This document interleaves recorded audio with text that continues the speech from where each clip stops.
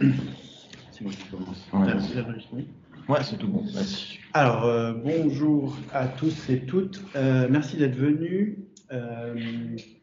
Comme ça a été présenté, on est le collectif Galta. Juste pour introduire cette présentation, on va rapidement parler de qui on est et un peu du contexte dans lequel on s'est formé. Du coup, à la base, on est 7 personnes, 7 étudiants et étudiantes qui avons diplômé à la aide en 2014-2015 dans différentes filières.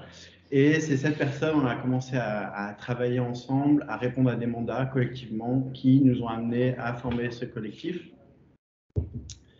Depuis 2014-2015, il y a eu beaucoup de choses qui se sont passées. Le collectif a évolué, la forme aussi, la forme la forme du collectif, la forme du groupe a aussi évolué.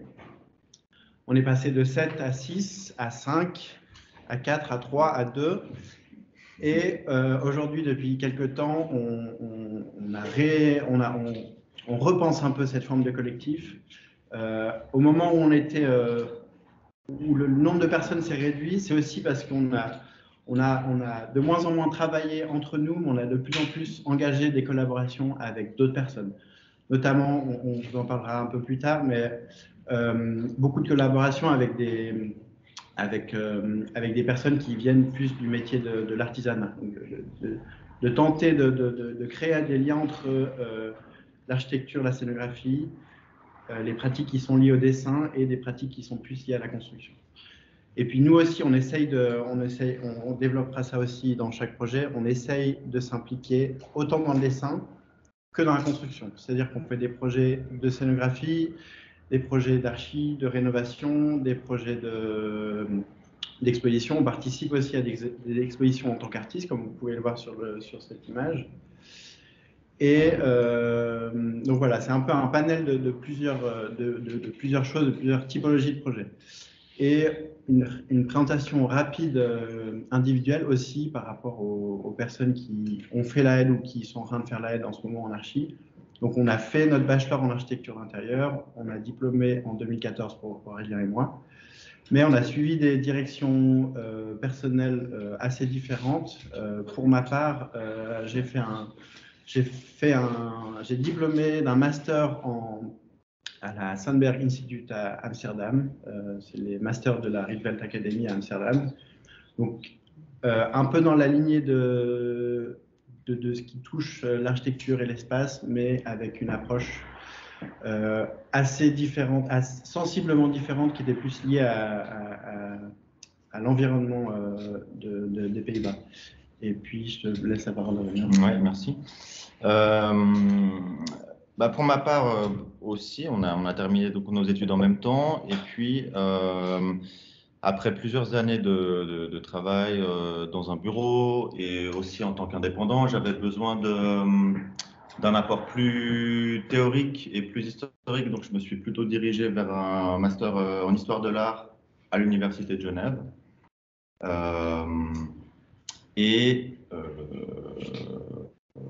Actuellement, comme il l'a dit Antoine, le collectif a changé de forme. Et actuellement, il y a aussi Julie qui est dans la salle, juste là, qui travaille aussi avec nous depuis quelques mois. Donc, ce mouvement, cette volonté d'intégrer des nouveaux membres dans un collectif qui n'est pas vraiment un bureau, parce qu'on n'a pas de structure où on salarie, déjà nous-mêmes, on ne se salarie pas vraiment, c'est-à-dire qu'on gagne de l'argent sur les mandats. Donc, c'est clair que c'est une structure assez particulière. On est vraiment un collectif d'indépendants, mais c'est la formule qu'on a trouvée la plus adaptée au fur et à mesure de notre parcours, parce que c'est celle qui nous laisse aussi individuellement le plus de liberté. C'est-à-dire qu'on peut aussi tout d'un coup dire, bon, pendant 3, 4 mois, 6 mois, on aimerait faire autre chose, on aimerait travailler sur tel projet, à l'étranger, partir, et voilà, ça permet en fait toute cette liberté-là. Ce dont on va vous parler principalement aujourd'hui, c'est la question qui est en lien aussi avec l'atelier, donc qui se construit ici, et c'est la question du réemploi pour être dans la continuité de cette réanimation, de ces choses qui reviennent, qui revivent. Par rapport au réemploi,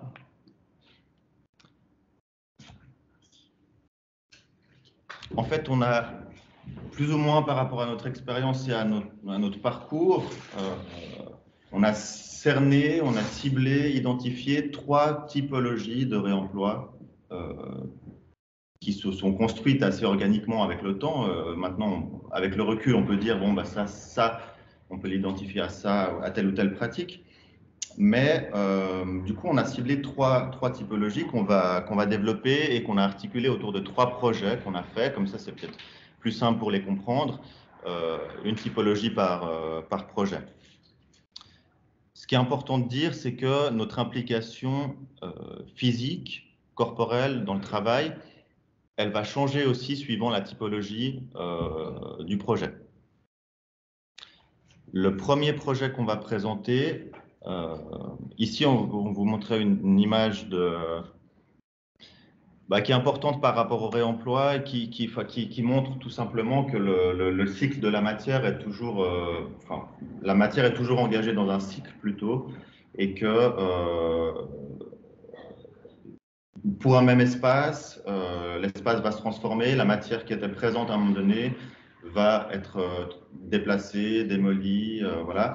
Et puis ça, c'est une image assez emblématique d'un chalet traditionnel qui sera prochainement remplacé par un autre bâtiment, d'un autre gabarit, avec ces traditionnels gabarits qui n'existent pas à Genève, mais qui existent dans les autres cantons, et qui présentent en fait le volume, le futur volume du bâtiment. Donc le premier projet que Antoine va vous présenter, c'est un projet qui s'est déroulé au bord de l'Aire dans le cadre de la renaturation de l'Aire, enfin après la renaturation de l'Aire évidemment, mais sur le site de la renaturation de l'Aire, et qu'on a appelé un réemploi sous forme de prélèvement.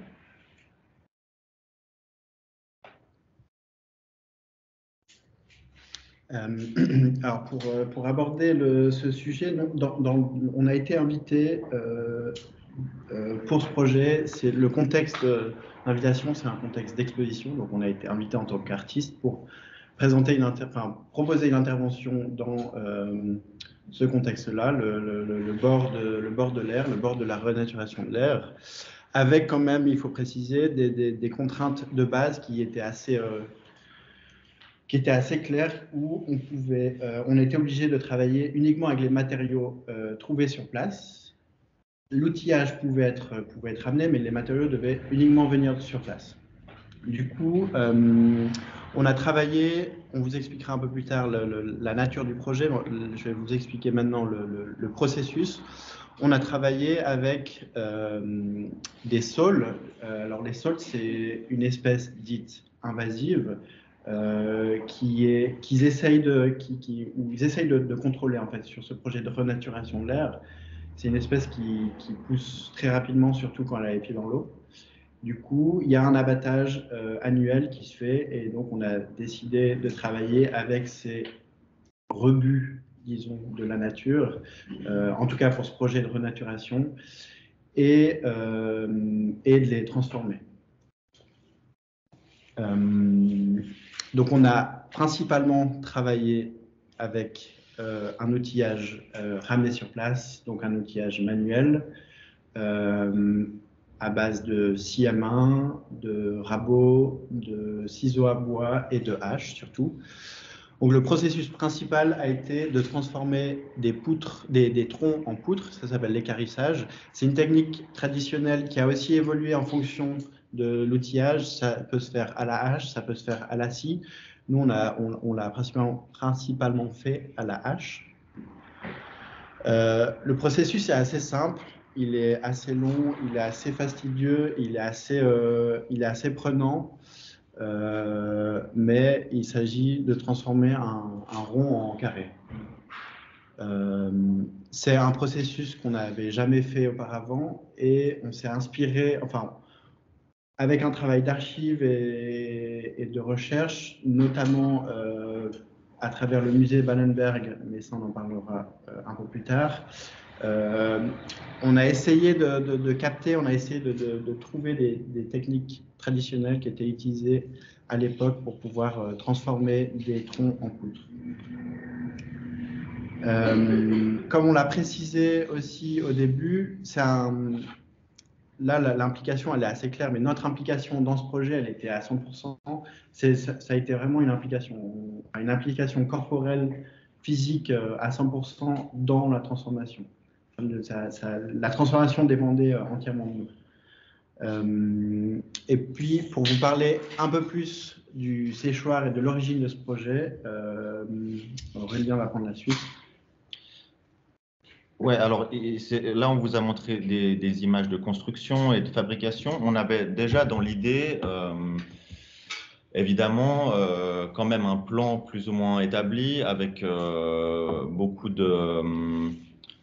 en restant à l'écoute quand même du processus du projet et des transformations possibles au fur et à mesure du projet, ce qui est quand même important dans ce genre de processus. Et donc, la finalité qu'on souhaitait, c'était créer un séchoir à céréales, que vous avez vu sur l'image et qu'on voit ici aussi, qui est un séchoir traditionnel, qui était surtout, disons, utilisé dans l'arc alpin, dans les parties plutôt de montagne,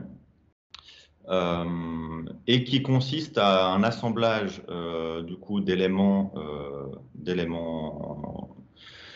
de bois sous forme d'une grande échelle et qui permet de disposer la récolte sur ce dispositif et le laisser sécher au vent pendant un certain temps. Il y a des dispositifs qui sont assez variés, il y a des études assez approfondies sur la question, des études anthropologiques. Parfois, ce dispositif est situé en avant des maisons, directement contre la façade. Donc, il y a vraiment une diversité de typologies en fonction des lieux, en fonction des différentes cultures. Mais c'est quand même quelque chose qu'on retrouve assez globalement.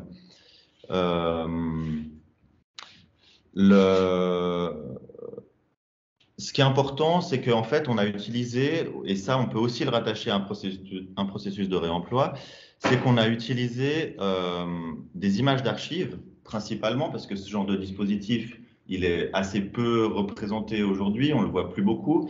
Il en existe justement quelques exemplaires au musée de Ballenberg, en Suisse, qui expose la vie rurale par des constructions à échelle réelle qui sont déplacées d'un endroit où elles doivent être démolies à un endroit de conservation. Et en fait, du coup, on a travaillé principalement à partir d'images d'archives. Donc, il y a eu une grosse recherche historique. Et du coup, dans ce processus-là, on a un peu les deux choses. On a un peu des images d'archives d'un côté, et puis la réalité du terrain de l'autre, qui n'est pas vraiment la même, parce que les images d'archives ne disent pas tout non plus. Donc, sur le processus de construction, on a aussi dû beaucoup chercher, essayer des choses, et il y a un courant de recherche qu'on appelle l'archéologie prospective qui se place un peu dans cette direction-là et qui, en fait, par le processus, tente de répondre à certaines questions auxquelles on ne pourrait pas répondre par la simple idée théorique, en fait, où on est obligé de se mettre dans la pratique des choses pour résoudre ces questionnements.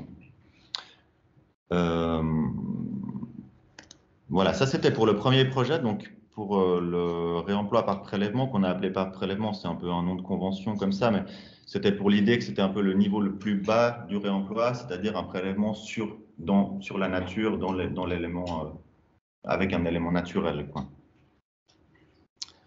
Il y a une vidéo, il y a un film qui a été fait sur le projet, si ça vous intéresse, on pourra vous le montrer. Ça montre beaucoup plus que ce qu'on peut vous dire là en quelques minutes.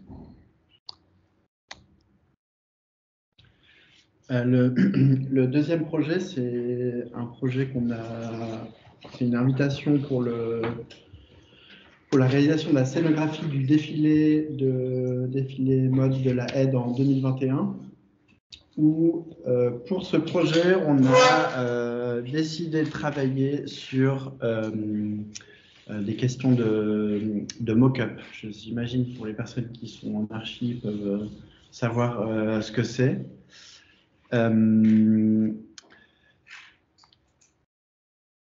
En fait, les mock-ups, c'est des outils, juste pour résumer pour les personnes qui ne savent pas, c'est des outils en architecture qui sont utilisés, construits en général sur site, sur le lieu du chantier, pour pouvoir ajuster, définir des choix techniques et esthétiques qui sont en lien avec le bâtiment qui est en construction.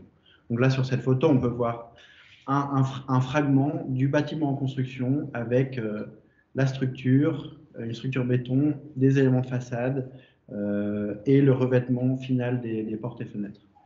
Donc c'est un outil qui est quand même assez souvent utilisé quand le budget le permet, qui est assez souvent utilisé dans les projets.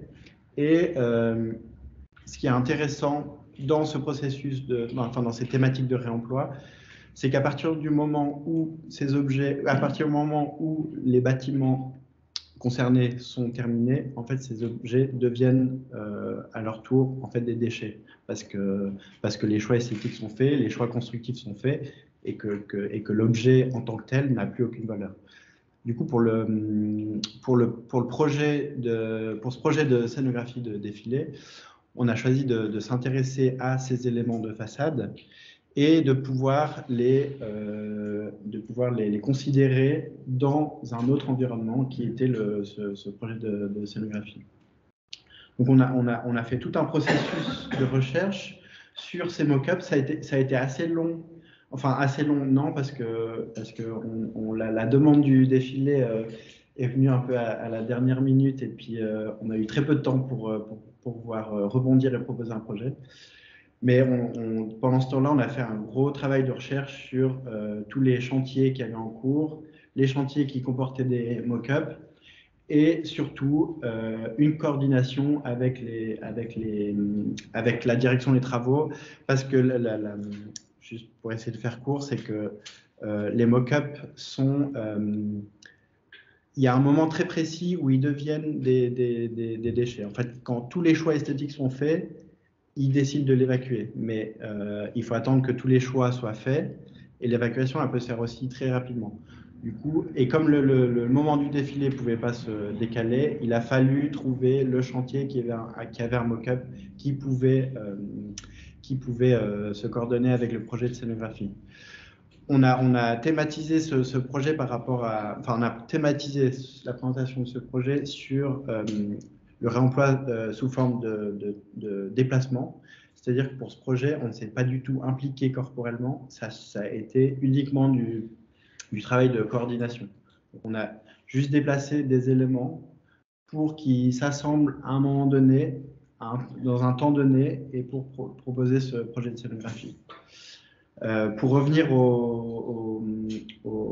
à ce projet de scénographie, du coup, on a travaillé avec une entreprise genevoise qui fait des éléments de façade en béton préfabriqué, qui nous ont prêté ces deux éléments de façade et qu'on a amené à la aide dans le cube pour pouvoir monter cette scénographie. Donc, dans le processus, il y avait d'abord ces deux éléments en préfabriqué béton de façade et ensuite de ça, une structure en échafaudage qui vient lier le tout et proposer la scénographie générale. Voilà, proposer aussi une circulation, disons du déplacement, du mouvement qui est vraiment important pour un défilé de mode. Le fait de créer une scénographie frontale par rapport au public, c'était aussi quelque chose d'assez différent par rapport à ce qui se fait en général, où on défile plutôt au centre de deux gradins de manière assez traditionnelle. Par rapport à l'échafaudage, donc là, on voit bien qu'on a ces deux éléments de réemploi qui constituent des fragments de façade, et cet échafaudage qui vient créer finalement une spatialité seulement par des lignes, en fait, une structure filaire comme ça.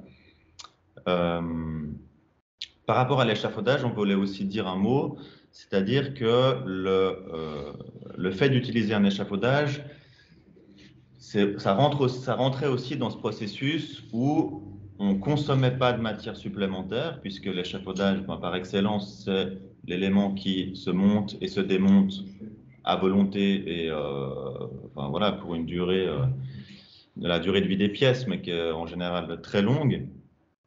Donc, au final, en travaillant même avec un plancher d'échafaudage, on a évité, disons, de mettre en œuvre un surplus de matière, qui est souvent le cas dans ce genre d'événement, qui est souvent enfin ça vous le savez bien. Dans l'événementiel, il y a souvent une grosse consommation de matériaux qui sont jetés à la fin de l'événement.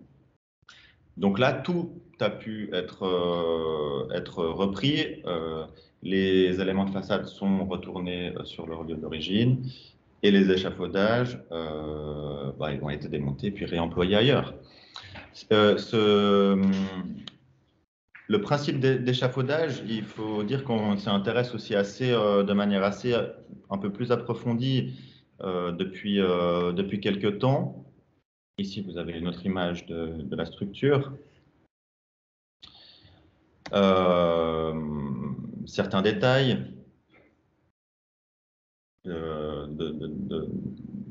du sol, de comment est-ce que les choses sont lestées.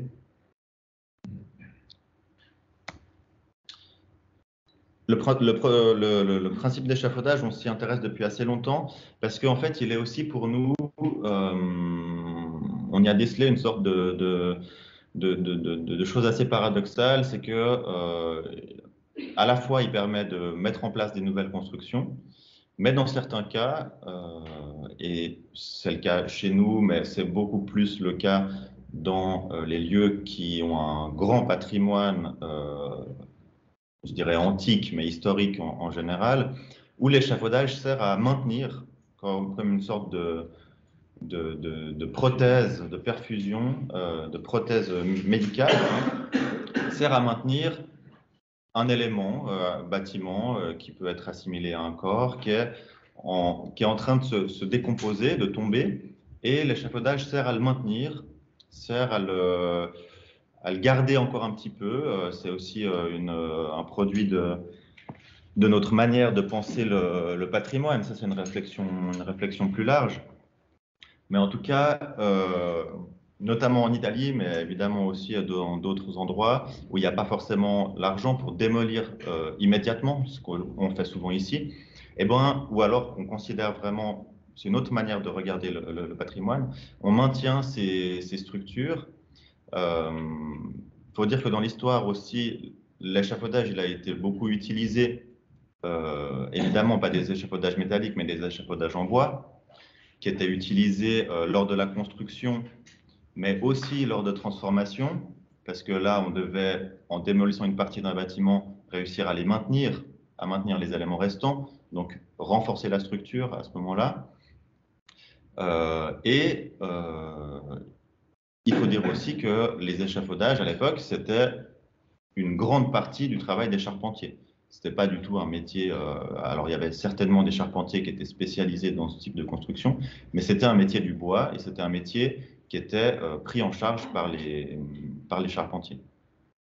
Là, on a on a une image de l'Opéra Garnier où on voit un bel échafaudage en bois, et puis à côté, un détail constructif relevé par Viollet-le-Duc d'une partie d'un détail d'échafaudage, quoi.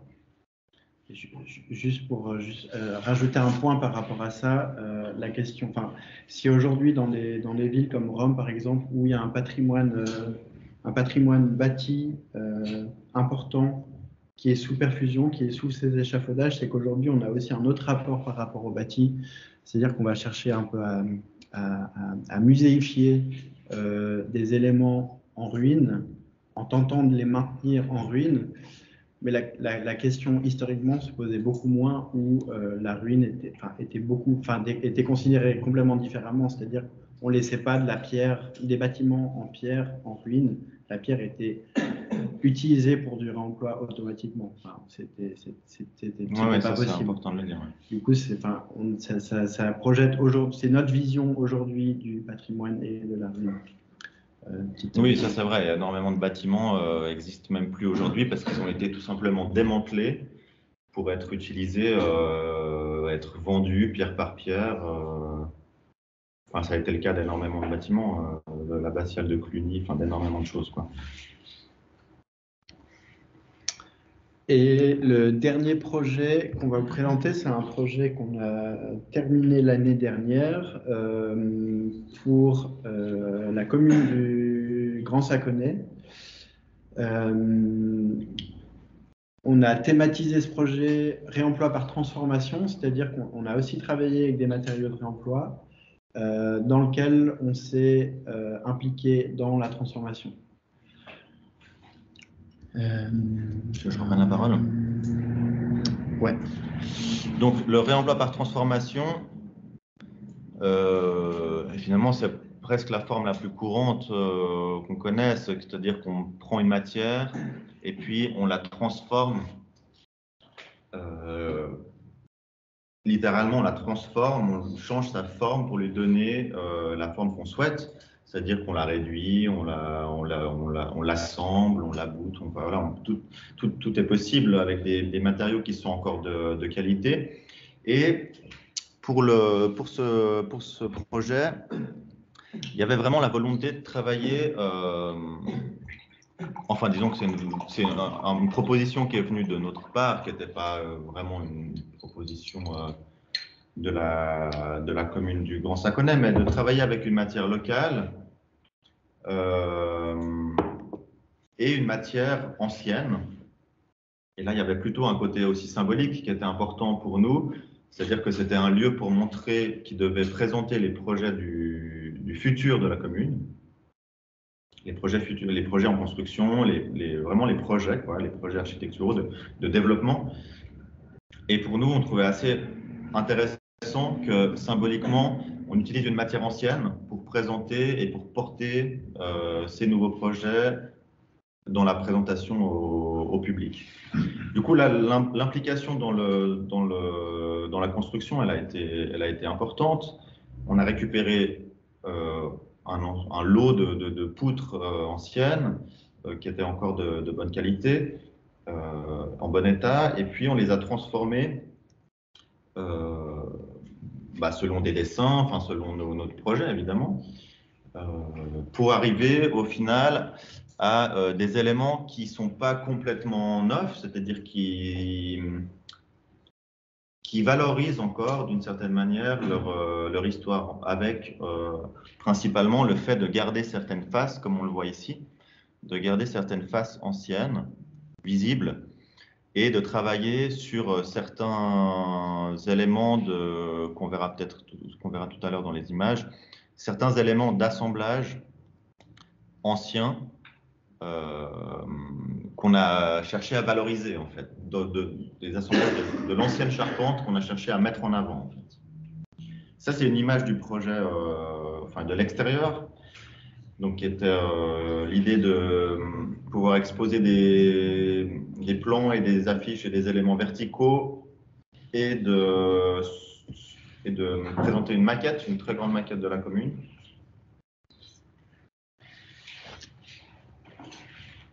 Je te laisse la parole. Pour ce projet, l'implication, elle a été aussi encore différente.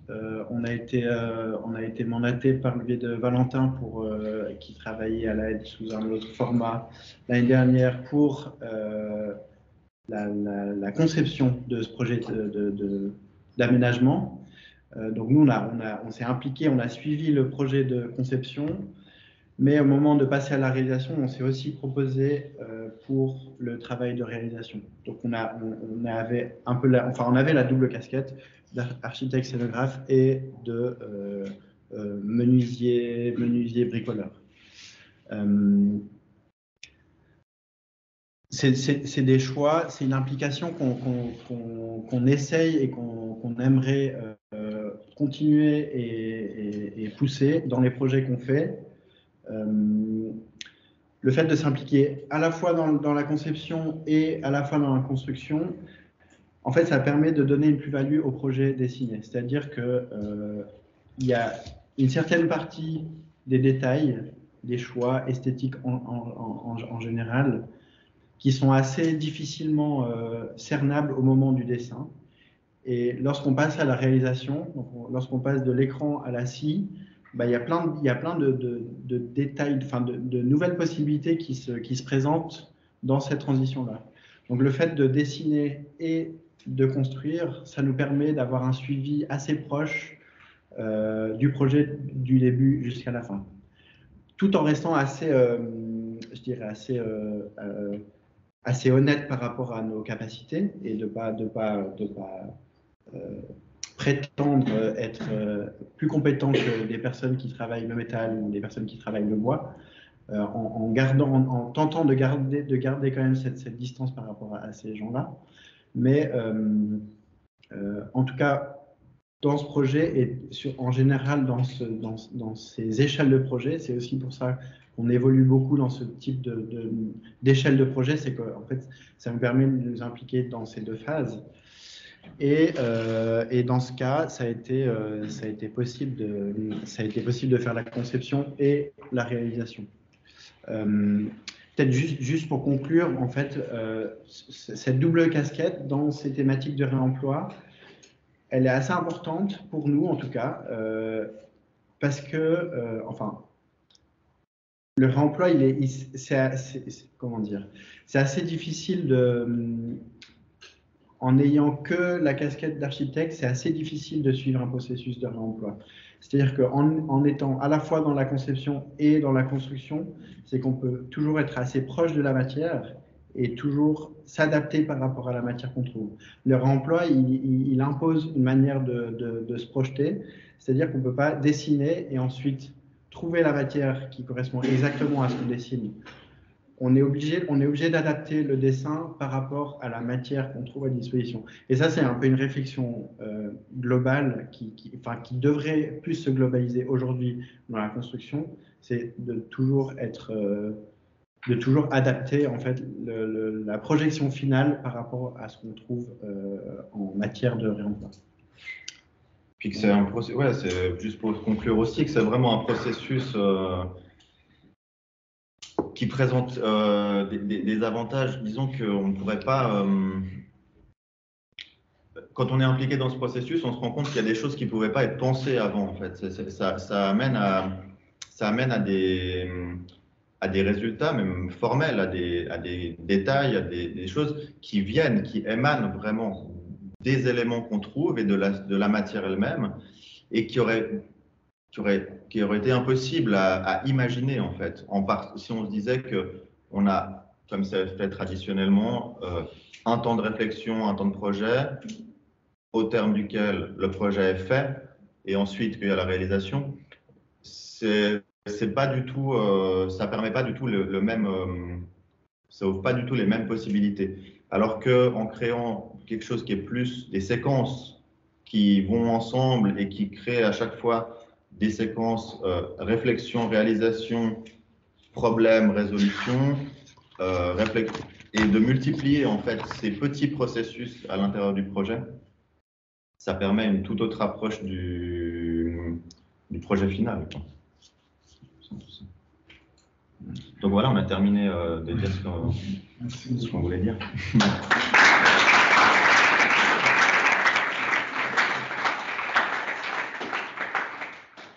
Si vous avez des questions, n'hésitez pas. Oui, j'avais une question, je voulais savoir du coup si vous avez des ateliers pour pouvoir faire vous-même tout ce processus, Ouais. bois et métal. Ouais, alors on a des ateliers de construction qui ont été aussi à l'origine du collectif lui-même, parce que c'est aussi là que c'est dans ce lieu qui était à la fois bureau et atelier, mais disons qui permettait beaucoup de travailler la matière quand même, que finalement on s'est mis ensemble, enfin voilà, que cette collaboration a pu naître autour d'un lieu aussi, qui était anciennement au Petit Lancy. Enfin voilà. Donc oui, c'est la nécessité d'avoir un lieu, c'est vraiment important. Ouais. Vous pouvez tout faire là-bas. Alors, en ce moment, non, en fait, on a dû déménager parce qu'ils démolissent, schéma classique, et puis du coup, on est en recherche d'un nouveau lieu. On l'a peut-être trouvé, mais la coordination est compliquée pour l'instant. Ouais. Mais en fait, c'est une question assez, c'est une bonne question parce que c'est vraiment un nœud en fait dans notre pratique, c'est que en termes de recherche d'espace de travail, on peut difficilement prétendre à des espaces artisanaux parce qu'on n'a pas une pratique qui est à 100% liée à la construction. Du coup, on n'a pas forcément le budget pour pouvoir prétendre à ces ateliers et on ne va pas prendre la place aussi des personnes qui ont leur production qui est basée à 100% là-dessus. En même temps, juste des bureaux, ça ne suffit pas. Donc, c'est en tout cas dans la situation immobilière de Genève aujourd'hui, c'est très compliqué. C'est vraiment très compliqué. Ouais. Mais on va trouver. Moi, j'ai aussi une question. Donc, ce très beau projet que vous avez fait à Châteauneuf, pour la commune de Cossonay, est-ce que vous avez pensé aussi qu'un jour il y aura un réemploi de votre propre projet? Vous avez eu cette vision? En fait, le système constructif lui-même est fait pour. Le système constructif lui-même en fait, c'est une mise en tension des éléments entre le sol et le plafond, qui sont juste donc du coup mis en tension en fait, tout simplement. Et du coup, c'est des éléments qui sont démontables et qui sont réemployés. C'était aussi une demande parce que ce lieu ne va pas exister pendant très longtemps, pendant 2-3 ans, quoi. Et du coup, c'était aussi une demande qui puisse le déposer et le remonter ailleurs. Après, au niveau du matériau, je pense que ce qui est intéressant avec le réemploi, c'est qu'on ne sait jamais vraiment. Nous, les éléments qu'on a transformés, c'est devenu finalement des éléments assez standards, de 10 cm par 10 cm sur 2,50 m. Ils pourraient servir à toute autre chose. Si tout d'un coup, dans 3 ou 10 ans, après un deuxième emploi ailleurs, une personne de la commune, ils veulent s'en débarrasser, ils veulent réutiliser, disons que 30 éléments comme ça, de taille identique, ils peuvent devenir des chevrons d'une toiture, enfin sans problème, quoi. Après, c'est un peu ça, c'est qu'on ne sait jamais vraiment. Je trouve que c'est aussi un peu la magie du truc, c'est qu'on ne sait jamais jusqu'où va durer le matériau. En tout cas, effectivement, c'est important de soulever ça, c'est que on l'a pas détérioré en appliquant des choses qui seraient irréversibles d'une certaine manière. Puis ça, c'est aussi une réflexion en général qu'on a sur le patrimoine, c'est-à-dire qu'il faut toujours pouvoir revenir en arrière. Là, en l'occurrence, on n'a pas utilisé de peinture, on n'a pas utilisé de vernis. Voilà, ces éléments, c'est du bois. S'ils doivent être rabotés ou sciés dans quelques années, ils pourront l'être. La matière des panneaux, c'est quoi? C'est la tôle galvanisée, l'acier galvanisé. Ouais. Donc ça c'est pas du réemploi. Ça, c'est la matière neuve achetée. Ouais.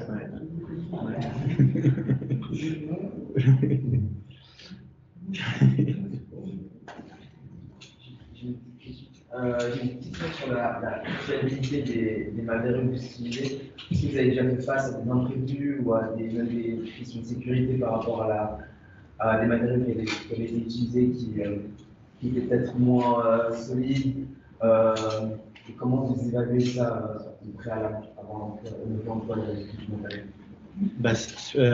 C'est une bonne question. Je dirais que c'est un peu au cas par cas. Par exemple, pour ce projet, on a eu un souci, c'est que c'est du bois qui a été, je pense qu'il est resté peut-être au moins 10 voire 15 ans dehors, qui a été protégé, mais qui a quand même passé plusieurs années dehors. Et puis du coup, au moment où on l'a mis à l'intérieur, c'est arrivé tout récemment, sur une période de à peu près 6-8 mois, en fait, le bois, il a séché. Du coup, il s'est rétracté et du coup, les pieds et les entêtes se sont desserrés. Donc, il a fallu plusieurs mois après retourner sur place et adapter le dispositif par rapport à ce qui s'était passé. Mais plus généralement, c'est une question. C'est clair que le réemploi, ça impose de travailler avec des matériaux qui sont non figés et du coup d'anticiper au maximum ça. En ce moment, on est en train de travailler sur la rénovation d'un théâtre et la question se pose par rapport au public en fait, parce que si on utilise du bois, il y a toutes les normes anti-feu qui s'imposent. Par rapport aux charges, c'est aussi une autre question. Du coup, c'est vraiment au cas par cas et puis à adapter en fait à chaque fois en fonction de la matière, en fonction des projets.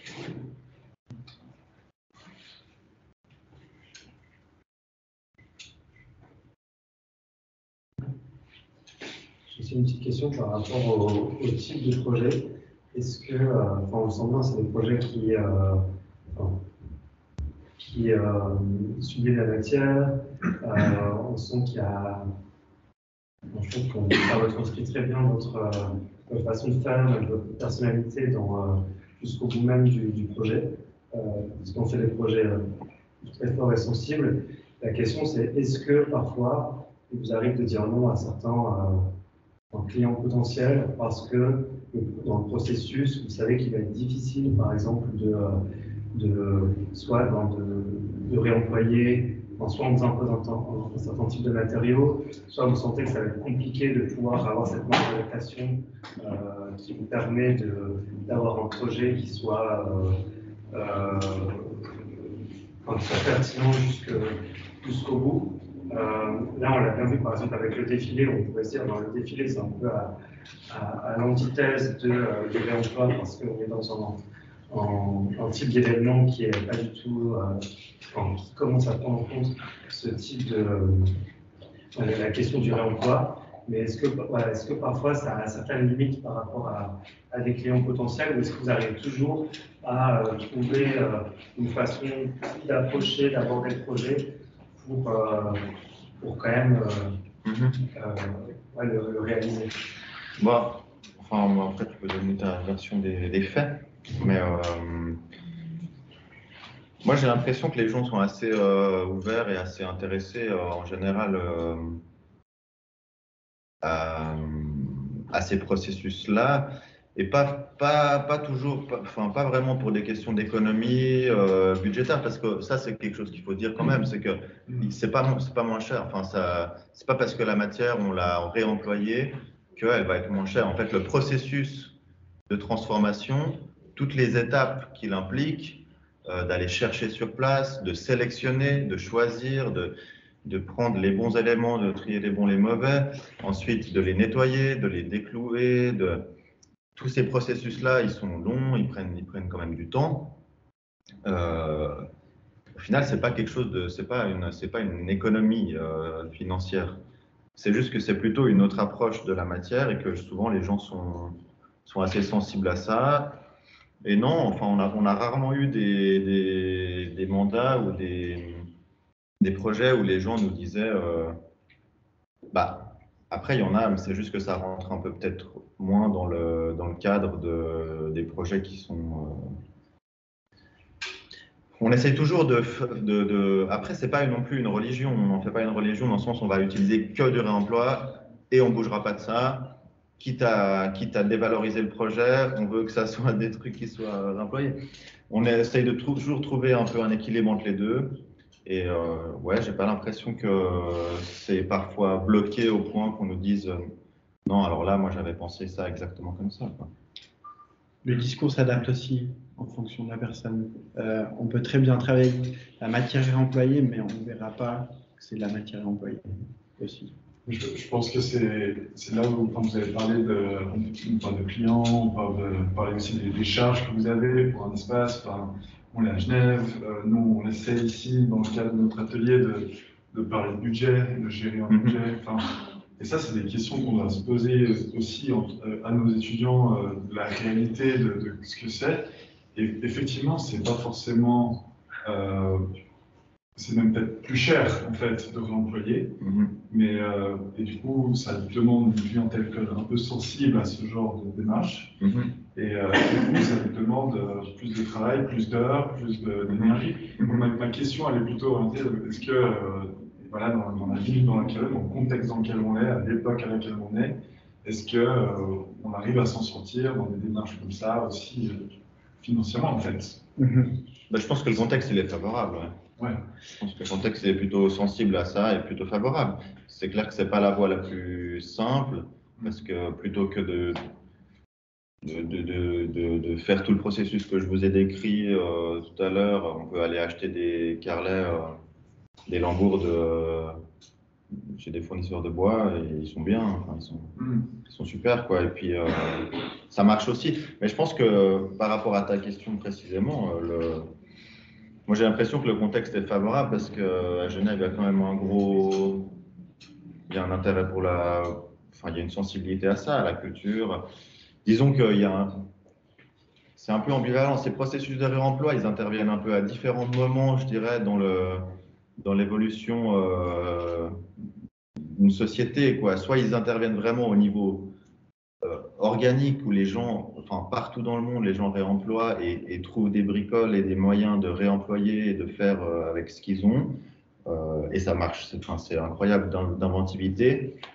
Nous, on est un peu dans un autre contexte, qui est un contexte plus culturel, voilà, où c'est aussi une question d'image. Enfin, c'est clair qu'il faut le mettre en avant. Cette question d'image, il faut la mettre en avant. Que la commune du Grand Saconnet soit partante pour ce genre de processus, c'est aussi qu'ils ont un intérêt à dire on a réemployé et on n'a pas gaspillé. Enfin, ça, c'est des mécanismes avec lesquels il faut savoir jouer, mais j'ai l'impression qu'à Genève, il y a le contexte pour jouer avec, quoi. Il y a un politiquement correct qui a un peu évolué par rapport à ça. Enfin, je pense qu'il y a 10 ans, même 5 ans, c'était l'argument qui permettait pas de passer de l'autre côté. Maintenant, aujourd'hui, politiquement ou même individuellement, enfin, avec des particuliers, cet argument du réemploi peut faire accepter aux gens de payer un petit peu plus cher si elles peuvent dire que c'est du réemploi. Chose qui n'était pas possible il y a 5 ans, quoi. Ouais. Ça me aussi à la question, dans votre travail, que ce soit au bord de l'air ou dans d'autres projets, c'est aussi des projets qui parlent directement du réemploi? Non. Ou pas nécessairement? Non, alors ça c'est une bonne question. Non, c'est pas quelque chose qui parle, on n'en parle pas directement. Non. Là, on a thématisé par rapport à l'invitation, mais on ne cherche pas à mettre ça en avant, en fait. On va pas se présenter comme les défenseurs du réemploi. C'est juste que ça fait partie de plus en plus de notre pratique. Mais ouais, c'est moins médium que. Ouais, c'est ça. C'est ça, ouais. J'ai une question par rapport au territoire de Genève, qui est quand même pas simplement construit. Il y a des volontés politiques de faire plus, mais c'est quand même un petit territoire. Ces 70 dernières années, on a construit des choses, enfin, pas dans des matériaux nobles, on va dire, qui sont très difficilement employables, avec des cols, de l'amiante, et j'en passe. Des choses qui n'ont pas bien tenu dans le temps. Vous faites partie d'une jeune génération qui va être amenée à construire et devant ce fait accompli. Et comment par rapport à ça, parce qu'effectivement, quand on a la pierre qu'on peut employer, les termes de Karakata, des murs en briques qui font 3 mètres d'épais, qui sont encore là parce qu'ils font 3 mètres d'épais, c'est quand même des bons matériaux. Maintenant, on a utilisé des matériaux, de toute façon, on les a quand même déformés, enfin, on est allé au bout du truc. Comment vous voyez ça? Parce qu'à un moment donné, il va falloir. Moi, je pense qu'il va. Hasarder pas mal de choses. Ouais. Le remployer, ça va être très très compliqué.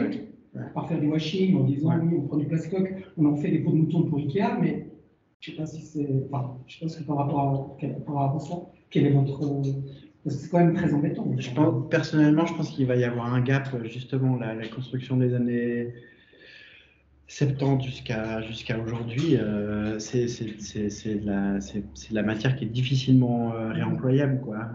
Pour les questions de structure, pour les questions de matière première. Enfin, il va y avoir un gap assez important, comme il se passe aujourd'hui avec les habits, dans une autre échelle, où en fait les habits aujourd'hui de seconde main sont de plus en plus des habits de mauvaise qualité, qui du coup sont à la fois très compliqués à recycler et qui ont plus beaucoup de tenue, quoi. Un pull en laine qui a 20 ans, il n'aura pas du tout la même tenue qu'un pull de chez H&M, pour pas citer, d'il y a un an, quoi. Donc c'est sûr que dans la construction, il va y avoir un gap qu'il va falloir compenser, un gap qui correspond à toutes ces années de construction qui n'ont pas du tout été regardantes sur la matière et la manière dont ça a été construit. Parce que comme vous dites, il y a la matière qui est de mauvaise qualité, ou en tout cas qui a été tirée au maximum pour qui est devenue la mauvaise qualité, et tout ce qu'on a ajouté, la colle et ce genre de choses qui aujourd'hui empêchent complètement de réemployer la matière en tant que telle. Après, j'ai l'impression qu'il y a quand même, il continue d'y avoir des constructions de mauvaise qualité, mais il y a aussi des constructions de bonne qualité. Enfin, il y a aussi des constructions qui reviennent un peu à des matériaux et à des structures assez, disons, assez... Je ne pourrais pas parler de qualité, c'est un mauvais mot, c'est la perversion des matériaux. Je parle de tous les matériaux qui sont des agglomérats, qui sont très beaux, mais après à employer, c'est extrêmement compliqué parce qu'ils n'ont pas des qualités techniques. Enfin, on ne peut plus rien faire. À part faire du remblai, c'est très compliqué. Je parle de ce type de choses. Non, mais c'est vrai. Des vitrages qui on ne peut pas en faire grand-chose. Enfin, toutes ces choses qui, je ne parle même pas des résines, des plastiques, et toutes ces choses qui sont. Et puis j'ai une deuxième chose, c'est par rapport au travail dans les années 50-60, notamment de Fraiotto, des structures Méro, des choses qui ont été abandonnées, qui à mon sens étaient très très très intéressantes. La seule chose qui est restée, c'est l'USM, mais c'est de l'immobilier, donc c'est très dur.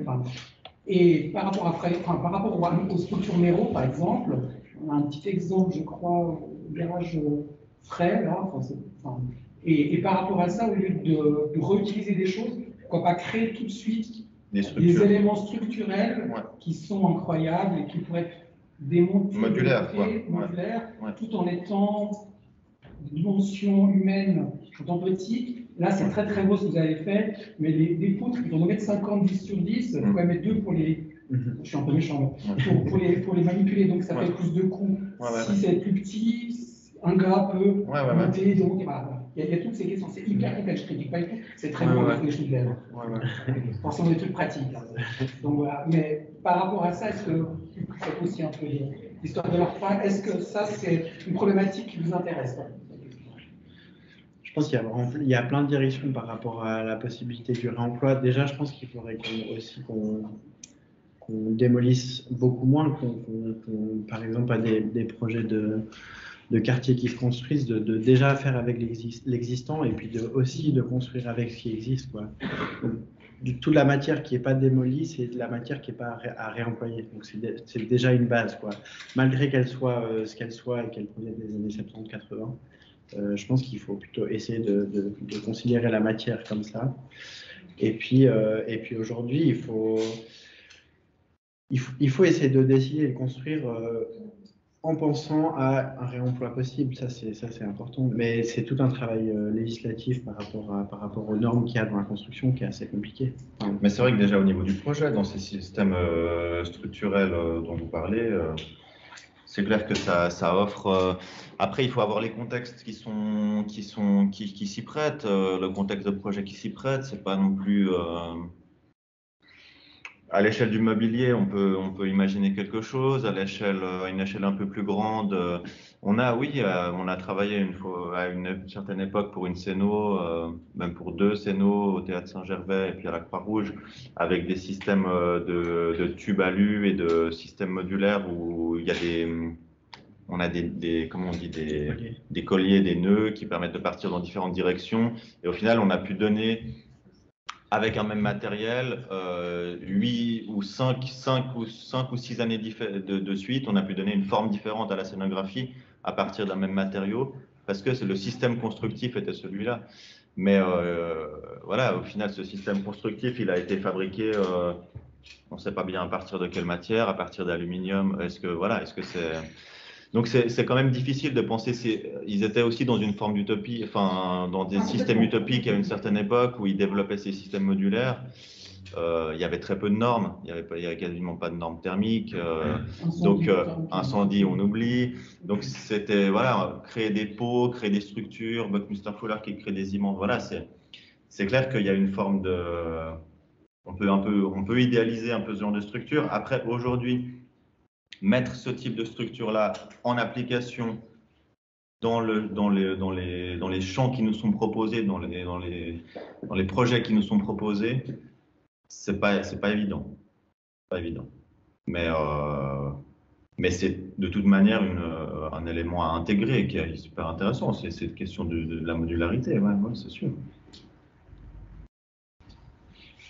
Est-ce qu'il existe déjà en Suisse des sites qui stockent des matériaux de recyclage de base? Oui, alors il y a pas mal d'études qui ont été menées pour synthétiser les sites qui existent, pour créer des dossiers de synthèse un peu là-dessus. Il y a évidemment une association. Des espaces de stockage. Oui, des espaces de stockage, mais qui passent aussi parfois par des sites internet où ils montrent ce qu'ils ont, parce qu'il faut quand même pouvoir avoir accès. Donc il y a plusieurs sites, il y a plusieurs lieux qui existent. Il y a évidemment l'association Materium que tout le monde connaît assez bien. À Genève. Il y en a beaucoup d'autres ailleurs qui sont organisés de manière à prévenir le public d'une future démolition et de dire dans ce créneau-là, du 15 mai au 30 mai, vous pourrez venir démonter ces choses-là.